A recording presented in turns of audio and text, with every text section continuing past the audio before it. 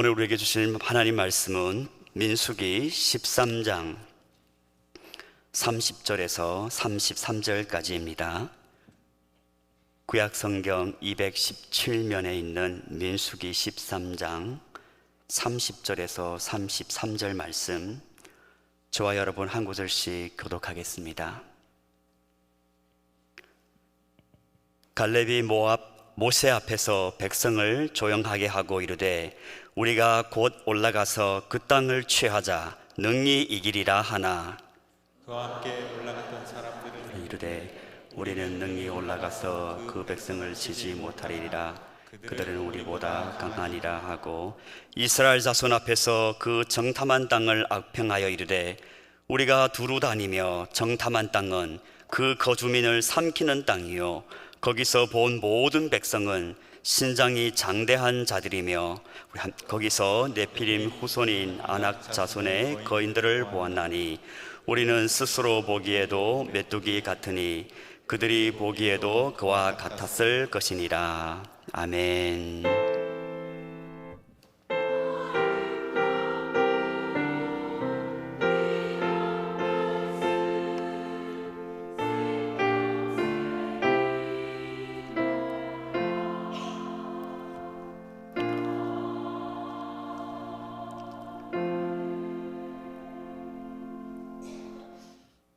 삼일 저녁 예배에 올라오신 여러분을 주님의 이름으로 환영하고 축복합니다.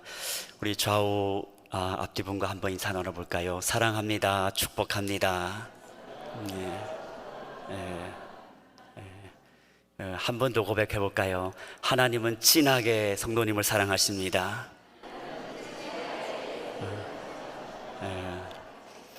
우리 하나님의 사랑은 신실하십니다. 우리 하나님의 사랑은 정말 진한 사랑입니다. 세상은 그런 사랑을 찾을 수 없지만 그러나 우리 하나님의 사랑은 확실히 진하고 신실한 사랑인 줄로 믿습니다. 오늘 우리 읽은 본문은 우리가 잘 알고 있는 사건입니다. 이스라엘 백성들이 출애굽한 후에 이제 가나안 땅을 정탐합니다. 그 정탐한 후에 12명의 정탐꾼들이 돌아와서 보고를 합니다. 그 중에 2명 여호수아와 갈렙은 긍정적인 보고를 하지요. 오늘 말씀처럼 우리가 그 땅을 취하자 능히 이기리라 이렇게 보고했는가 하면 나머지 10명의 정탐꾼은 아니다, 그 땅은 성읍은 크고 견고하며 그리고 무엇보다 그 땅에는 네피림 즉 아낙 자손들이 있기 때문에 우리는 그들 앞에서 이길 수 없다. 우리는 그들 앞에서 마치 메뚜기와 같다. 그리고 그들이 우리를 보기에도 그와 같았을 것이라 라고 고백합니다. 그래서 이런 10명의 정탐꾼들의 악평으로 부정적인 그런 보고로 인하여서 14장에는 온 회중 14장 1절에 온 회중이 소리 높여 부르짖으며 백성이 밤새도록 통곡하였더라. 이 통곡이란 단어는 많이 안 등장하지 않습니다. 에서가 장자의 명분을 잃었을 때 통곡하였다 합니다. 그리고 오늘 여기에 이스라엘 백성들이 그만큼 통곡하였다는 것이죠. 왜 통곡하였을까요? 낙심하게 된 것이죠. 그리고 그들은 원망과 불평을 합니다. 우리가 차라리 애굽에서 죽었으면, 차라리 광야에서 죽었으면, 여기서 우리가 가나안 땅에 올라가 그 아낙 자손들의 손에 죽을 바에 차라리 우리가 새로운 지도자를 세워서 애굽으로 돌아가는 것이 낫겠다. 이렇게 그들은 이야기를 합니다. 원망이죠. 불평이죠. 하나님을 향한 거역이고 불신이죠. 이런 앞에서 여호수아와 갈렙은 다시 한번 등장합니다. 그들은 이스라엘 백성들을 만류하지요. 그래서 14장 8절 말씀에 여호와께서 우리를 기뻐하시면 우리를 그 땅으로 인도하여 들이시고 그 땅을 우리에게 주시리라. 이는 과연 젖과 꿀이 흐르는 땅이니라. 여호와께서 우리를 기뻐하신다면, 우리를 기뻐하였기에 우리를 애굽에서 홍해를 가르시고 광야에서 만나와 메추라기를 먹이시고 지금도 불기둥과 구름기둥으로 우리를 인도하신 그 여호와 하나님, 그분이 우리를 기뻐하신다면, 그리고 분명히 기뻐하시기에 우리를 가나안 땅으로 인도하실 것이다 라고 이야기합니다. 그리고 그 땅은 실로 당신들도 본 것처럼 젖과 꿀이 흐르는 땅이라고 이야기하지요. 그렇습니다. 그 땅에 포도송이 한 송이인지 모르지만 그 포도 가지를 두 사람이 정말 이렇게 메고 올 정도로 아주 큰 과실이죠. 풍성한 과실이죠. 젖과 꿀이 흐르는 땅은 분명합니다. 좋은 것입니다. 축복입니다. 갖고는 싶습니다. 그러나 그것을 얻기까지 대가가 필요하다는 것이죠. 믿음으로 얻어야 하는데 이스라엘 백성들은 여기에서 주저앉고 맙니다. 하나님께서 그들을 향하여서 수없이 많은 기적을 보여주었음에도 불구하고 그들은 다시 불신하게 되는 것이죠. 그래서 이때 여호와께서 친히 영광 중에 나타나십니다. 14장 11절 말씀인데요, 10절 말씀부터 온 회중이 그들을 돌로 치려 하는데 그때 여호와의 영광이 회막에서 이스라엘 모든 자손에게 나타나시니라. 그리고 11절 말씀, 하나님께서 무엇하고 말씀하십니까? 여호와께서 모세에게 이르시되 이 백성이 어느 때까지 나를 멸시하겠느냐, 어느 때까지 나를 믿지 않겠느냐. 이스라엘 백성들의 이 모든 원망과 불평, 다시 애굽으로 돌아가고자 하는 것, 이것은 결론적으로 궁극적으로 하나님을 멸시하는 것이고 하나님을 불신한다는 것을 하나님께서는 친히 말씀하십니다. 그리고 하나님께서는 이 백성들을 어떻게 해요? 이제 멸하려고 합니다. 12절 말씀에서 내가 전염병으로 그들을 쳐서 멸하고 내게 그들보다 크고 강한 나라를 이루게 하리라. 그러니까 모세야, 너에게 있어서는 너를 통하여서 더 크고 강한 나라를 내가 이루겠다. 대신 이 백성은 내가 전염병으로 멸하겠다.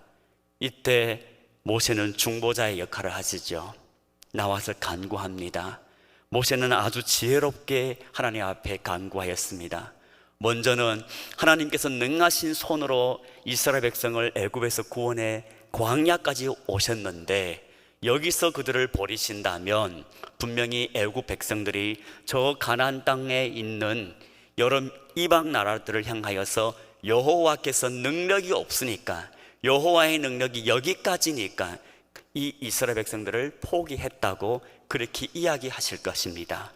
그 이야기는 즉 여호와 하나님께서 하나님의 영광과 하나님의 이름을 위하여서라도 이 백성을 포기하시면 안 된다는 말씀이죠. 그리고 이어서 나갑니다. 지금까지 14장 19절에서 지금까지 주의 인자의 광대하심을 따라 이 백성의 죄악을 사하시되 애굽에서부터 지금까지 이 백성을 사하신 것 같이 사하시옵소서. 지금까지도 광야의 길을 걸으면서도 사실은 이스라엘 백성들을 10번이나 넘게 수없이 계속 하나님을 시험하였죠. 불평을 하였죠. 그때마다 하나님께서는 용서하셨고 사하셨다는 것입니다. 그래서 모세는 여호와의 인자의 광대하심, 우리 하나님의 길이 참으심, 은혜가 풍성하신 하나님, 용서하기를 원하시는 하나님, 그 하나님의 속성을 언급하면서 하나님의 용서를 구합니다. 하나님은 모세의 기도를 들으시고 20절 말씀에 여호와께서 이르시되 내가 내 말대로 사하노라. 그러나 28절 말씀, 하나님께서는 정말 무서운 말씀을 하십니다. 28절 말씀, 그들에게 이르시되 여호와의 말씀에 내 삶을 두고 맹세하노라.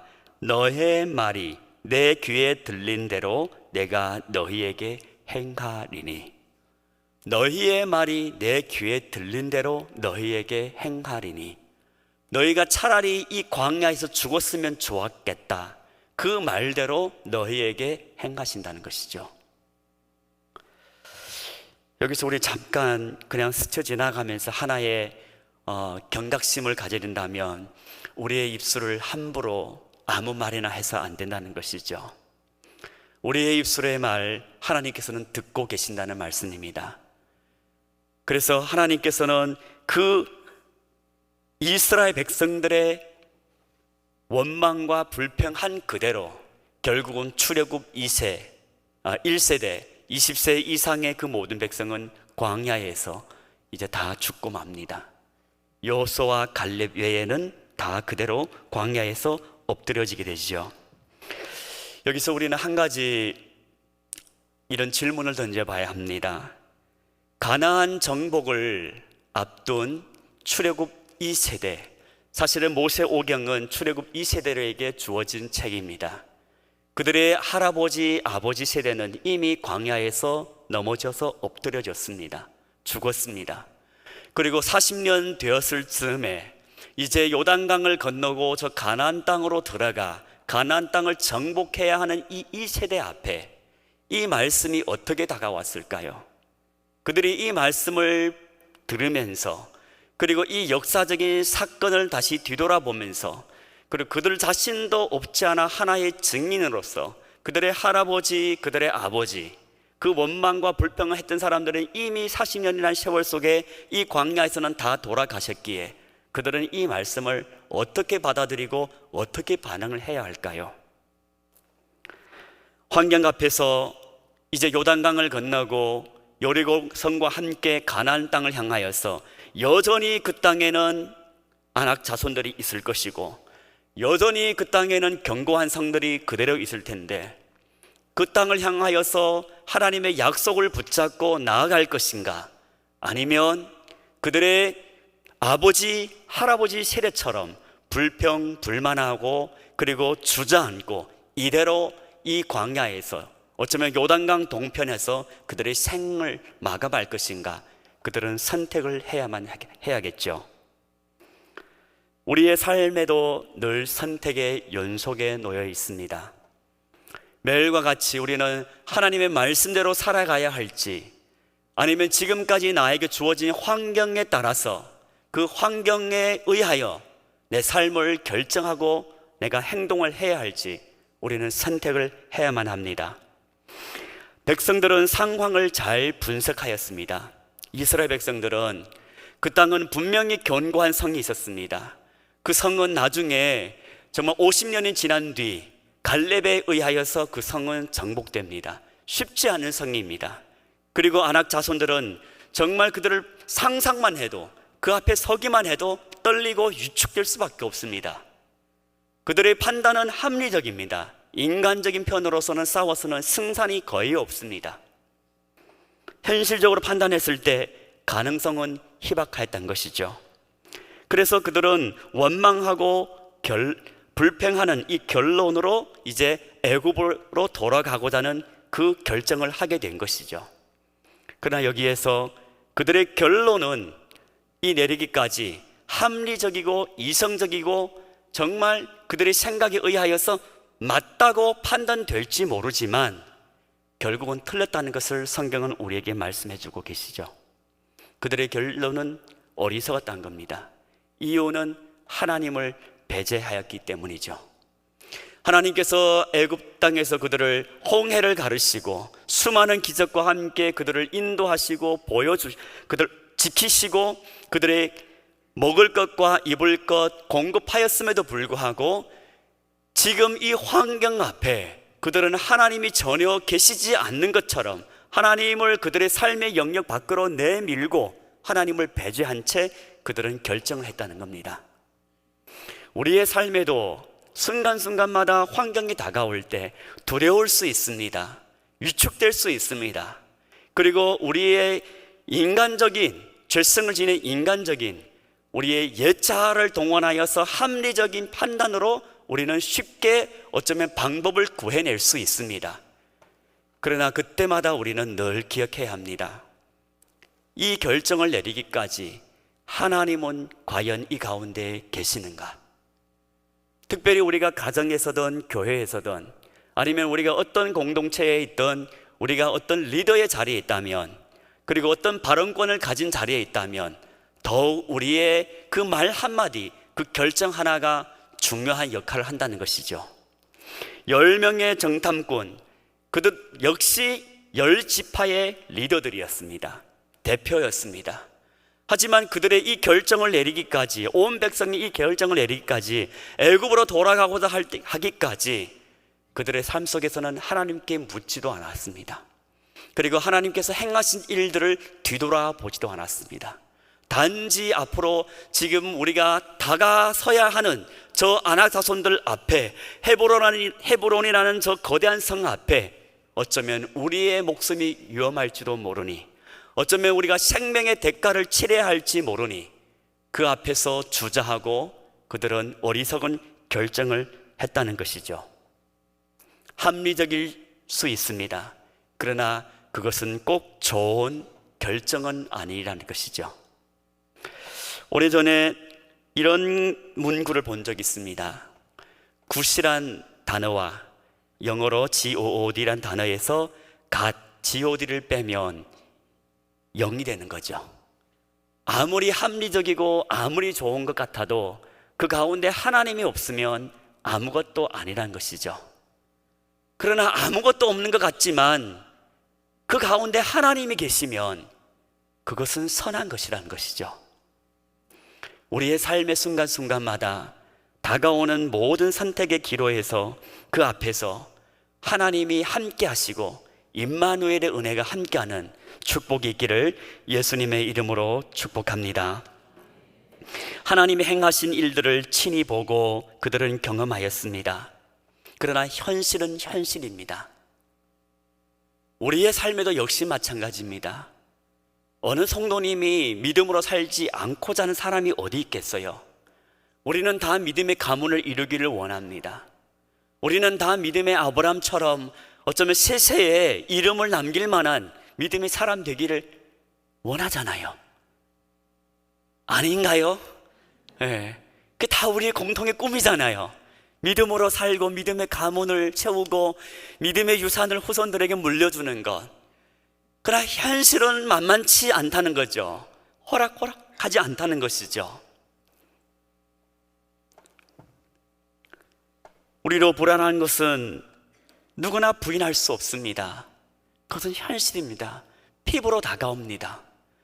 우리의 가슴을 뛰게 하고 떨리게 하고, 그리고 우리의 정말 이성을 어쩌면 때로는 다 잃도록 때로는 환경은 우리를 엄습합니다. 정신을 못 차립니다. 그동안 내가 쌓아왔던 신앙삶 속에서 믿음은 어디에 간지 도저히 찾을 수가 없습니다. 심지어 때로는 그때 기도를 하더라도 음성이 안 들립니다. 성경을 봐도 말씀이 집중될 수가 없습니다. 그만큼 환경은 무거운 짐처럼 큰 위험으로 우리를 짓누르고 있다는 것이죠. 신앙은 3인칭이 아니잖아요. 1인칭이잖아요. 신앙은 물 건너 불구경이 아니잖아요. 남의 일이면 쉽게 기도 나갑니다. 다른 사람이 암이 걸리든 다른 사람이 큰 어려움을 당하든 위에서 기도할 수 있습니다. 그러나 그렇게 다급하지 않아요. 그러나 내 자녀가, 내 새끼가 이틀만 열이 안 떨어져 봐요. 기도는 절실해집니다. 예전에 어떤 유명한 이렇게 줄타기 선수가 있었대요. 이 사람은 세계 곳곳에 다니면서 이제 줄을 타고 이렇게 유명했는데, 큰 빌딩 사이에서도, 그리고 큰 협곡 사이에서도 줄타기를 유명했어요. 근데 언젠가 한번 또 공적으로 이렇게 줄타기를 하는데 수많은 사람들이 몰렸대요. 이 사람 처음에는 이제 안전바를 이제 허리에 이제 차고 이제 이 평경 그 봉을 잡고 건너갔다 왔습니다. 이제 군중들에게 묻습니다. 제가 이것을 놓고 건너갔다 올 수 있을까요? 당연하죠. 지금까지 수많은 그렇게 당신의 경험, 당신의 경력 봤을 때 가능합니다. 그래서 이 평행봉을 내려놓고 진짜로 갔다 왔어요. 이번에는 제가 이 안전바를 내려놓고 풀고 갔다 올 수 있을까요? 그럼요, 할 수 있죠. 갔다 왔어요. 사람들은 환호합니다. 야, 이런 짜릿함, 이런 모험, 위험이 있는 건 분명하지만 너무 담대하다, 실력이 정말 출중하다. 한 번 더 도전했습니다. 그러면 제가 한 사람을 안고 건너갔다 올 수 있을까요? 그럼요, 할 수 있죠. 그런데 이때 이 사람이 도전했습니다. 그러면 누가 올라오겠습니까? 제가 안고 건너가겠습니다. 아무도 안 올라오는 거예요. 무엇을 하든 나와 상관이 없으면 괜찮아요. 그러나 그 위험이 나에게 다가온다면, 작은 감기 몸살이라도, 암이 아니더라도, 큰 어려움이 아니더라도, 작은 시련이라도 다가오면 신앙은 달라진다는 거죠. 태도는 달라진다는 것이죠. 자녀의 문제, 남의 아이니까 학폭을 당하든, 가출을 하든, 인터넷 게임에 중독되든, 심지어 담배를 피우든 무엇을 하든 남의 이 애는 괜찮아요. 여러분 아이 하룻밤만 안 들어와 보세요. 밤잠 이룰 수 있을까요? 우리 안에 평안이 다 사라집니다. 내 아이가 하룻밤 어디 가서 PC방 가서 애들과 같이 게임을 한다 해보세요. 난리가 나죠. 남의 가정의 문제, 남의 경제의 문제, 그 가정의 아픔 괜찮아요. 기도하는 것 문제되지 않습니다. 때로는 심지어 같이 눈물을 흘려줄 수도 있습니다. 그러나 나의 문제라면 달라진다는 거죠. 허드슨 테일러 선교사님이 신학생들을 훈련하면서, 선교사 이제 후보생들을 훈련하면서 언젠가 한번 이제 탁상을 힘껏 내리쳤다고 합니다. 그리고 그 탁상 위에 있는 물이 이제 탁상 위에 컵의 물이 이제 탁상에 흘러나왔죠. 그러면서 그 선교사님 하신 말씀이, 여러분 탁상이 아무런 충격이 없을 때, 가만히 있을 때는 이 물은 그냥 그대로 있습니다. 그러나 큰 충격을 가했을 때, 시련이 다가왔을 때에, 환경이 부딪혔을 때에, 그때 그 안에 무엇이 흘러나는지 그것이 그의 정체라는 것을 설명할 수 있다는 거죠. 이스라엘 백성들은 수많은 기적을 보았어요. 그러나 정작 환경이 다가오니 또다시 불평, 불만, 불신, 하나님을 멸시하는 겁니다.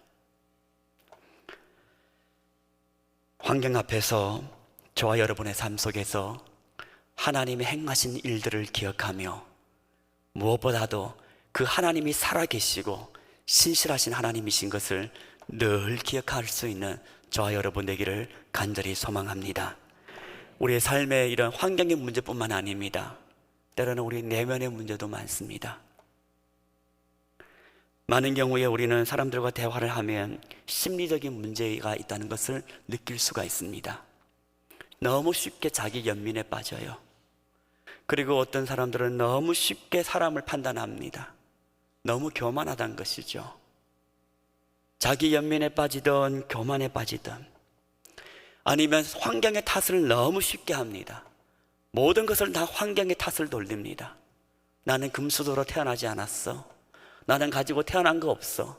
난 좋은 부모를 만나지 못하여서 나는 배운 게 없고, 나에게 기회가 주어졌다면 나도 지금은 누군가처럼 그래도 어느 정도 사회적으로 사람들에게 인정받고 살만한데, 나에게 갖춰진 조건이 없기 때문에, 그리고 내가 어렸을 때의 어떤 상처와 트라우마 때문에 나에게는 이런 결핍 저런 결핍이 있기 때문에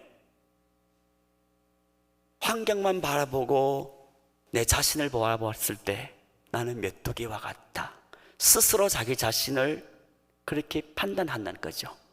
그리고 세상이, 그 안악 자손들이 우리를 보았을 때도 메뚜기와 같았을 것이다. 그들은 정탐하러 갔습니다. 가나안 족속들은 어쩌면 이들을 보지도 못하였을 겁니다. 상상하지도 않았을 겁니다. 스스로 그렇게 판단하고 그렇게 결정을 내리는 것이죠. 그러나 성경은 우리에게 뭐라고 말씀하십니까? 영접하는 자, 곧 그 이름을 믿는 자들에게는 하나님의 자녀가 되는 권세를 주셨으니, 아멘. 이 하나님의 자녀가 되는 권세는 그냥 단순히 어떤 죽기와 어떤 치유, 어떤 이런 것이 아니에요. 이 하나님의 자녀의 권세라는 것은, 영접한다는 것이 하나님의 예수 그리스도와 성령의 그리고 말씀이 내 안에 들어와 나를 통치하시고 다스린다고 한다면, 권세라는 것은 그 능력이 하나님의 생명이 나의 삶을 통하여서 드러난다는 거예요. 예수 그리스도가 내 안에 계시는데, 내 안에 계시는 이가 세상의 어떤 것보다 크신데, 그래서 제가 오늘 예배를 시작하면서 한 말씀을 제가 이렇게 봉독해 드렸는데요, 요한일서 4장 4절 말씀에 우리 안에 계시는 이는, 너희 안에 계시는 이는 세상에 있는 이보다 크시니, 세상에 있는 자보다 크심이라. 너희는 하나님께 속하였고 너희 안에 계시는 이는 세상에 있는 것보다 큰데, 왜 그 하나님을 의지하고 하나님을 믿는 자녀들이 왜 스스로 자기 자신을 계속해서 스스로를 연민하고 자포자기하는가? 하나님이 지금까지 인도해 왔고 지금까지 수많은 역사 속에서 기적과 하나님의 역사 살아계심을 보여주셨는데, 무엇보다도 이스라엘 백성들에게는 홍해를 가를 뿐더러 광야에서 수많은 기적도 보여주셨지만, 성경을 통하여서 구약 성경에는 우리 하나님께서 무엇을 행하는지 우리에게 보여주신 것처럼 신약에 와서는 예수 그리스도께서 무덤을 폐하셨다는 것이죠. 무덤에 갇힐 수가 없다는 것이죠. 죽음에서 부활하셨다는 것이죠. 세상은 그것을 무덤은 절망이라고 보는데, 예수 그리스도께서는 그 무덤에서 살아나심으로 말미암아 새 소망을 우리에게 주셨다는 것이잖아요. 그래서 누구든지 그리스도 안에 있으면 새로운 피조물이다, 옛것에 매이지 않다는 것입니다. 옛날에 애굽의 종이 아니라는 거예요.